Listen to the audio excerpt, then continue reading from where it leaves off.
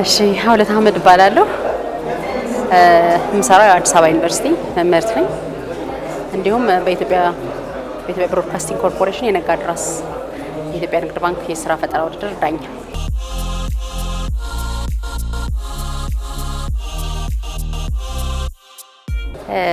እናትነት በእርግጥ እኔ ያደኩበት እንትን በጣም ይለያል። ብዙ እናቶች ናቸው ያሳደጉኝ።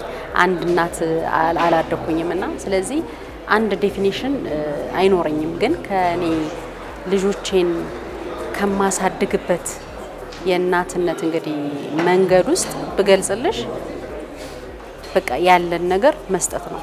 ካለን ነገር ውስጥ እጅግ ውዱ ጊዜ ነው። ስለዚህ ያሉሽን ውድ ነገሮች ሁሉ ልጆች ላይ ኢንቨስት ማድረግ እናትነት ይሄ ነው ብዬ ነው የማስበው።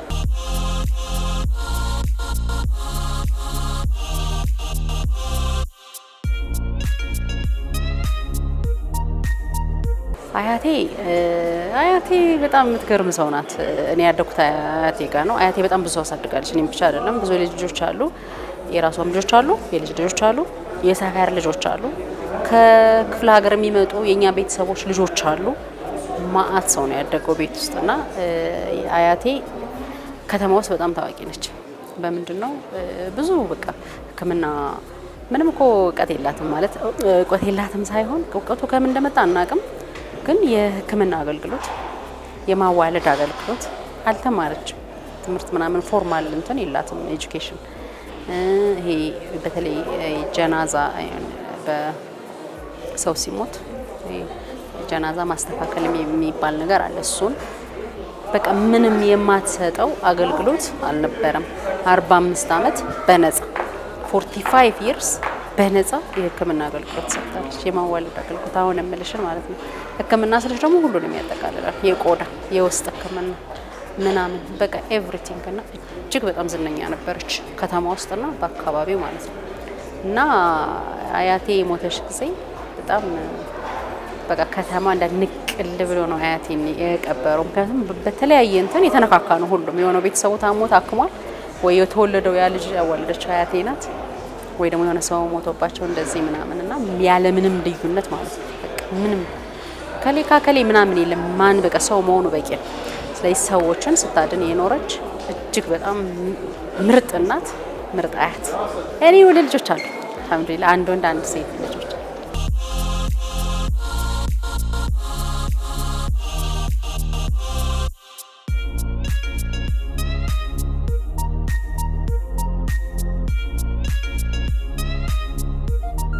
የመጀመሪያ ልጄ እኔ አሁን ማስተርስ የተማርኩት አሜሪካ ነው እና አሜሪካ እዛ 2 አመት መቆየት ነበረብኝ። እኔ የተማርኩበት አመት የዛሬ 16 አመት እንትን የለም በቃ እንደ ልብሽ እንዳሆነ ምናምን እየተያዩ ምናምን አታስቢው። ስልክ ራሱ በቃ በጣም ኤክስፔንሲቭ ስለነበረ እንደ ልብ ራሱ አትገናኝም። የዛሬ 16 አመት ሲሄድ ማለት ነው እና 2 አመት ቆይቻለሁኝ። በዛ ሰዓት የመጀመሪያ ልጄ 1 አመት ከ7 ወር ሲሄድ ያው ትምህርት እድል አንዳንድ ጊዜ እድሉ ሲመጣ እንትናቲ የዛን ጊዜ ማስተርስ ብዙ ፕሮግራም የለም ኢትዮጵያ ውስጥ። ስለዚህ መሄድ ነበረብኝ። ሄድኩ። የዛን ጊዜ ጥዬ ሄድኩ። ልጄን ይጸጽተኛል፣ በእውነት በጣም ነው የሚጸጽተኝ። ማለት ቢቀርስ ትምህርት ሁሉ ብዙ ጊዜ ይላለሁኝ ማለት ነው። ኦፍ ኮርስ ምንም አልሆነም። ልጅ አባቱ ጋር ስለነበረ የሆነው ነገር የለም። ግን እኔ የዛን ጊዜ ያደረኩት ነገር ትንሽ ለመማርም ቢሆን በጣም እንትን ብሎኛል። ከዛ በኋላ ፒኤችዲን ስማር ደግሞ እንደገና መሄድ ነበርብኝ። ሁለተኛ ልጅ ተወልዳለች። እሷ የዛን ሰዓት 6 አመቷ እንደዚህ ነገር ነው 5 እሷንም ያው ለተወሰኑ ወራት ትቼ ሄጃለሁ ማለት ነው። እና በትምህርት ሳቢያ 2 ጊዜ ልጆችን ጥዬ ሄድኩበት አጋጣሚ አለ። ከዛ ውጭ ግን በከተማ ውስጥ በቃ ማለት ወርኪንግ ማም ሆኖ የምትሰራ እናት ሆና ለልጆቿ ጊዜ በመስጠት የሚወዳደረኝ ሁሉ ያለ አይመስለኝም። ያለኝ ጊዜ በሙሉ የነሱ በቃ ከስራ ውጭ ያለው ሰዓት በሙሉ እኔ አስተማሪ ስለሆንኩኝ 40 ምናምን ይሄ ሙሉ ሰዓቱን እዛ እናሳልፍ። የምንዘጋጀው ምናምን ቤት ነው። ያው ታስተምሪያለሽ ወቅት ሄደሽ የተወሰነ ሰዓት ተማሪዎችን ኮንሰልት እናደርጋለን። እዛ ሆነን ያው የተለያዩ አድቫይዚንግ አገልግሎቶችን እንሰጣለን። በእርግጥ ግን ከዛ ውጭ ያለው ጊዜ በሙሉ የልጆቼ እና በፈለጉት ሰዓት ያገኙኛል። ልጆቼን ማንም አያስጠናም፣ ራሴ ነኝ ማስጠናው። ከመጀመሪያ ጀምሮ የሃይማኖት ትምህርት ራሴ አስተምራለሁ።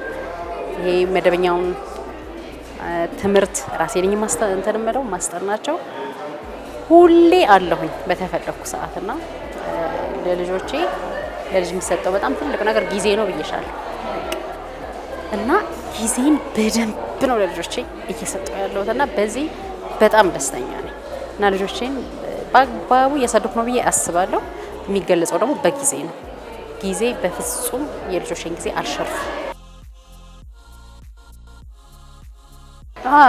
ኢትዮጵያ ቴሌቪዥን የዛን ጊዜ እኔ እንደተመረኩ ከጅማ ዩኒቨርሲቲ ተማርኩ ግራጁዌት እንዳረኩኝ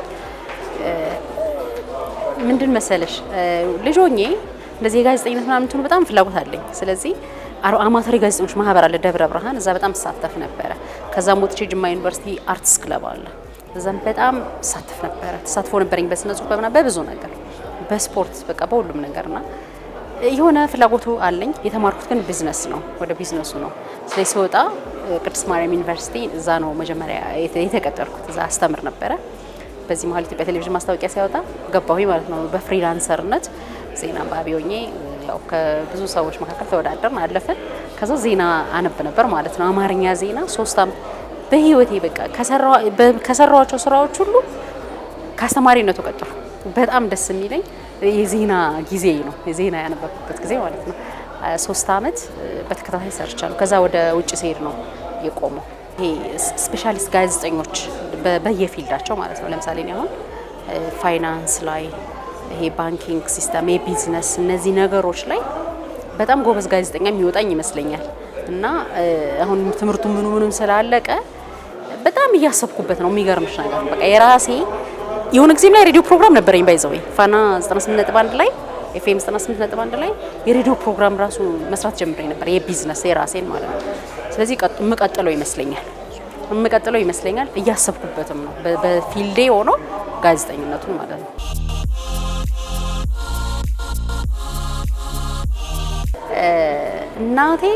እናቴ ወላጅ እናቴን ካሰብኩኝ ትዝ የሚለኝ ምን እንደሆነ ታውቂያለሽ? ወላጅ እናቴ ክልስ ናት፣ አረብ ናት።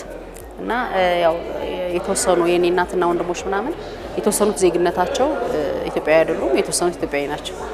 እና ለመጨረሻ ጊዜ ያው ስትሄድ ከኢትዮጵያ ስትሄድ በቃ ሳስታውስ እሱ ነው ይመጣል፣ የወላጅ እናቴ ማለት ነው። ያው አልተገናኘንም ከዛ በኋላ ያው አንድ ጊዜ ለዚህ መታ ምናምን የማየት ምናምን ከዛ በኋላ ብዙም አልተገናኘንም። የአያቴ ያሳደገችኝ አያቴ ከሆነች ደግሞ አያቴን ሳስብ ጀነት ነው ትዝ የሚለኝ። ጀነት ታውቂያለሽ? በቃ ገነት አያቴ እንግዲህ የጀነቱና የጀሃነሙን የሚያውቀው አላህ ብቻ ነው። እኔ አያቴ ግን በቃ አሁንም ጀነት ያለች ነው ይመስል በቃ የሆነ በቃ ምንም ነገር የሌለበት ብለሽ የምታስቢ ሰው የለም። እኔ ብቻ ሳልሆን መላ የደብረ ብርሃን ከተማ ሰው የነበረ በሷ ጊዜ የነበረ ሰው በሙሉ በሚመሰክረው ደረጃ በቃ ይሄ ፐርፌክት የምትይው ሰው ስለሆነች በቃ ይሄ በቃ የጀነት የሚገባ ሰው ምን አይነት ሰው ነው ብዬ ሳስብ አያቴ ነች የምትመጣልኝ ማለት አያቴ ፐርፌክት እንትኑ በቃ ስታንዳርዷ በጣም ሀይ ነውና እንዶክ የዛን ሩቡ ራሱ የለኝም፣ ወላሂ ሩቡ የለኝምና አሁን አያቴ ለሰው ለተባለ ፍጥረት ሁሉ ታደርግ የነበረው ነገር እኛ ልጆች ብቻ ሳይሆን ለሁሉም ማህበረሰብ የዛን ምንም ያስኩት አይመስለኝምና ምን እሱን ባለመያዜ ሊሆን ይችላል በቃ ለልጆቼ ዘቤስት ነገር ልሰጥ የምችለው ጊዜ ነው ብዬ ወደ ጊዜ መስጠት የመጣው ወደዛም ሊሆን ይችላል። አይካን በቃ አያቴን ኢመንት የሷን መድረስ አልችልም እና ተስፋ ቆርጬ የተወኩት ስለማልችል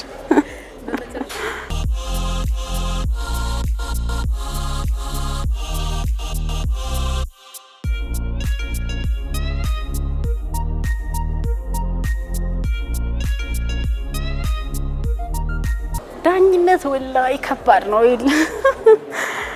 የሚገርምሽ ነገር ዛሬ ጠዋት ራሱ እያሰብኩበት ነበረ። የፍርድ ቤት በፍትህ ስርዓት ውስጥ ያሉ ዳኞች እንዴት ሆነው ነው እየኖሩ ያሉት የሚለው እኔ እንግዲህ የስራ ፈጠራ ዳኛ ነኝ፣ ሌላ ነገር አይደለም። እነሱ እንግዲህ ዴይ ቱ ዴይ ስራቸው ነው። በጣም ከባባድ ኬዞች እንግዲህ ስንት አይነት ኬዝ ነው ያለው በቃ ቆጥረሽ ኳታ ታትዘልቂው ሁላ በአይነት ነው ያለውና በውሳኔያቸው የሚደሰት አለ፣ የሚከፋ አለ። የሚከፉት በተለይ ምንድነው እንትን የሚሏቸው ያልኩኝ በቃ ወላሂ በቃ ያሳዝኑኝ ጀምረዋል። ምክንያቱም በዚህ በዳኝነት ውስጥ ደስ የሚሉ ነገሮች አሉ። ከዛ ደግሞ በዳኝነቱ የተከፉ ሰዎችን ቁጣና እርግማን መቻል እንዴት ከባድ እሱ ነው የከበደኝ። ይሄ ቁጣው ይሄ እንትኑ ውድድር መሆኑን አንዳንድ ጊዜ ያው ሰው ይረሳዋል። በጣም ብዙ ሰዎች ይወዳደራሉ። ከዛ ውስጥ መርጦ የማውጣት ጉዳይ ነው። ስለዚህ በዚህ መሀል እንግዲህ በራስሽ እንግዲህ በልምድሽ ነው ልምድ የትምህርት ጉዳይ አለ ምናምን ሁሉ ነገር አይተሽ ነው ይሄ ሊሆን ይችላል ብለሽ የምትወስኚውና በዛ መሀል የሚመጡ የተከፉ ሰዎችን ሀሳብና እንትን እሱ ይከብዳል። ከዛ ውጭ ያለው ግን በእውነት በጣም በቃ ደስ ብሎሽ የምትሰሪው ስራ ነው። ተወጇልሻ ፕሮግራሙ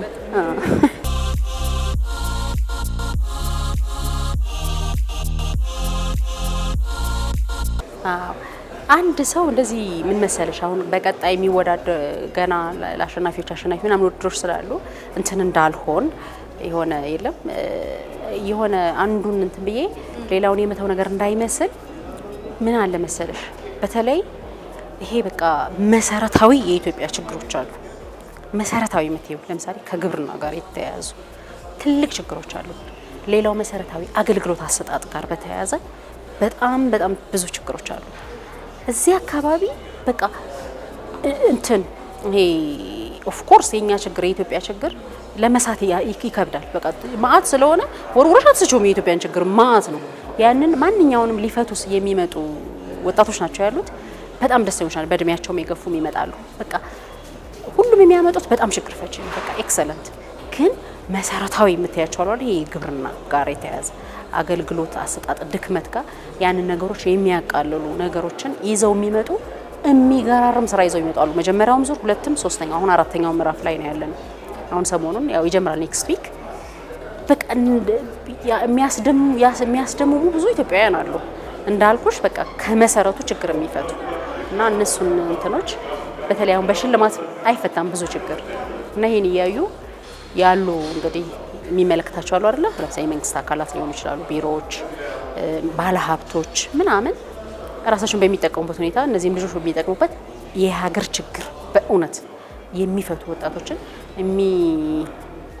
የሚደግፉበት መንገድ ቢኖር የምመኛቸው ምርጥ ተወዳዳሪዎች አሉ። ሁሉም ጎበዞች ናቸው። የሚገርምሽ ነገር ግን ያው አዋጭ ነው ወይ አይደለም የኛ መስፈርት አሉን አይደል? በቃ እሱ ጋር ነው የምትሄጂው። ያን እንትን የማይል ከሆነ ምርጥ ነገር ይዞ የማያዋጣ ሊሆን ይችላል። አሁን አንዳንዱ ምን ይሆናል መሰለሽ ይመጣና እኔ ብር አልፈልግም ይላል። ኦ ማይ እንዴ ብር እንትን ነው በቃ ቢዝነስ ነው። እዚህ ጋር ብር ማምጣት አለበት፣ ገንዘብ ማምጣት አለበት፣ ትርፍ ማምጣት አለበት። ትርፍ ካላመጣ ሰስቴይነብል አይቀጥል። ስለዚህ እንዲቀጥል ምን ማድረግ አለበት? ሜክ ማድረግ አለበት አይደል? ገንዘብ ጀነሬት ማድረግ አለበት፣ ገቢ አዋጭ መሆን አለበት። አሁን ልክ እንደዛ ሲሉ በቃ ምንም ልታረጋቸዋቸው እንደዚህ ሆነው የወደቁብን ይኖራሉ። በዚህ መሀል በቃ ምንም ስለ ቢዝነሱ ትኩረት ሳይሰጡ መተው የሚወድቋሉ። አንዳንድ ጊዜ ደግሞ አሜዚንግ ሀሳብ ይዘው መተው ገና ሀሳብ ላይ ሆኖ ምን ቆጭባቸው አሉ። አንዳንዶች ደግሞ አስገብተው ውድድር ላይ የሚጠፉ አሉ። በቃ ማይመጡ ጥሩ ደረጃ ነው። እነዚህ አይነት ክፍተት አንለውም፣ ግን እንደዚህ አይነቶች የሚቆጩሻሉ። በቃ የሚቀሩ ጥሩ መጥቶ በሆነ መንገድ እንትን ኢትዮጵያን አይዶል ይሄ የሙዚቃ እንትኖች አይተሻላል። ጥሩ ይመጡና የሆነ ሳለ ወይ ኬርለስ ወይ እንትናቸውን ካለ መጠበቅ ወይ የማይመቻቸው ሙዚቃ መርጠው እንደሚወድቁት እኛ ጋር ደግሞ ጥሩ ይመጡና የሆነ ሰዓት ላይ የሆነች ያልሰሩት ነገር ይኖራል። ማሟላት የነበረባቸው በጣም ክሪቲካል ነገር ይረሱትና ይመጣሉ ጫፍ ደርሰው ማለት ነው። በዛ ሰዓት ይወድቁብሻል። ያዘንሽ ነው የምታያቸው። ያጋጥማል እንደዚህ አይነት ውድድር ላይ።